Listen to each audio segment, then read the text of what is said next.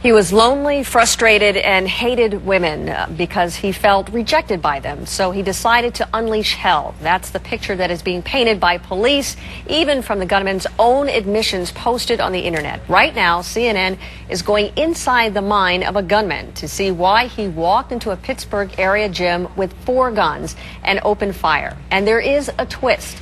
CNN is learning the gunman was playing games to reveal what he was going to do. Wait until you hear that from our internet reporter, Abby Tatton. But let's first begin with CNN's Jean Meserve. She is at the crime scene outside Pittsburgh. Jean, what do we know so far?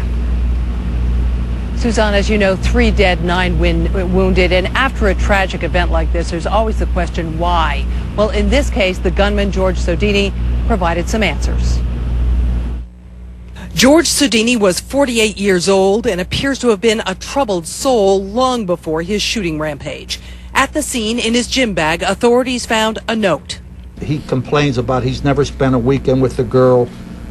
He's never vacationed with a girl. He never lived with a woman. He's maybe had sex a few times in his life, and he goes on like this. The same rage and frustration runs throughout a blog Sodini kept, cataloging his thoughts and actions.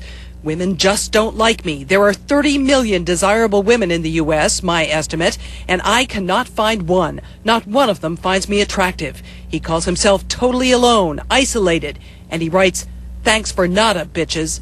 Bye." There's this myth that mass killers just snap and go berserk and suddenly, without warning, shoot indiscriminately. Well, he had been thinking about this for some time. Given his anger at women, there's a certain horrible logic in his targeting an aerobics room at a health club where women would be plentiful. He just had a lot of hatred in him, and he was hell-bent on committing this act, and there was nobody going to stop him.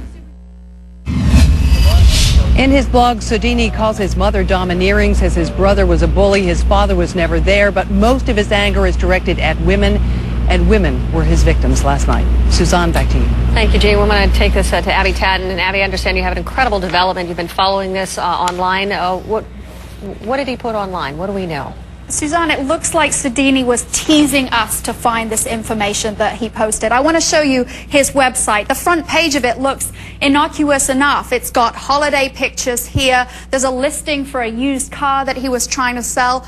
But I want to show you this part here where it says life or death. If you click on that, it takes you to a whole nother page. It asks you to guess the date of Sodini's death. He knew that would be August 4th. He knew that would be yesterday. If you input that date, it leads you to this page that Jean was just telling us about, this rambling page of information about exactly what he was planning to do last night, Suzanne. Abby, how long was this up there? That's pretty hard to tell, but what we have been able to find out is that Sodini appeared to be working on this in the hour before that he went to the gym. There are timestamps on this document and other places in the website, 6:07 p.m., 6:10 p.m. Police say that in the 7 p.m. hour, that's when he went to the gym. Suzanne. Incredible. Thank you, Abby Tatton.